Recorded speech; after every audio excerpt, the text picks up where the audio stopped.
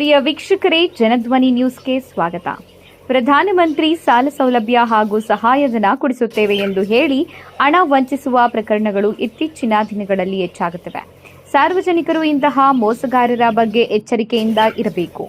ಹೌದು, ಚಿತ್ರದುರ್ಗ ಜಿಲ್ಲೆಯ ಚಳ್ಳಕೆರೆ ತಾಲೂಕಿನ ನೇರಲಗುಂಟೆ ಗ್ರಾಮದ ಹೇಮಂತ ರೆಡ್ಡಿ ಎಂಬುವವರು ಸುಮಾರು 1 ಕೋಟಿ ರೂಪಾಯಿ ಬ್ಯಾಂಕ್ ಸಾಲ ಪಡೆದು ಕೇಳಿ ಫಾರಂ ನಿರ್ಮಾಣ ಮಾಡಿದ್ರು. ಇದೇ ವೇಳೆ 8217682351 ಸಂಖ್ಯೆಯಿಂದ ಕರೆ ಮಾಡಿದ ಅಪರಿಚಿತ ವ್ಯಕ್ತಿಗಳು ಪಿಎಂ ಯೋಜನೆ ಅಡಿ 24 ಲಕ್ಷ ರೂಪಾಯಿ ಸಹಾಯಧನ ಕೊಡಿಸುತ್ತೇವೆ, ಅದಕ್ಕಾಗಿ 50,000 ರೂಪಾಯಿ ಖರ್ಚು ಬರುತ್ತದೆ ಎಂದು ನಂಬಿಸಿದ್ದಾರೆ.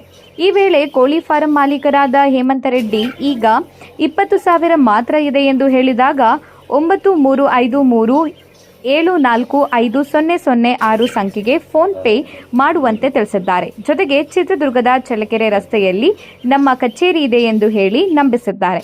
ಹಣ ವರ್ಗಾವಣೆ ಮಾಡಿದ ನಂತರ ಹೇಮಂತ ರೆಡ್ಡಿ ಅವರು ಹೇಳಿದ ವಿಳಾಸಕ್ಕೆ ತೆರಳಿದಾಗ ಅಲ್ಲಿ ಯಾವುದೇ ಕಚೇರಿ ಇಲ್ಲ ಎಂಬುದು ಬೆಳಕಿಗೆ ಬಂದಿದೆ.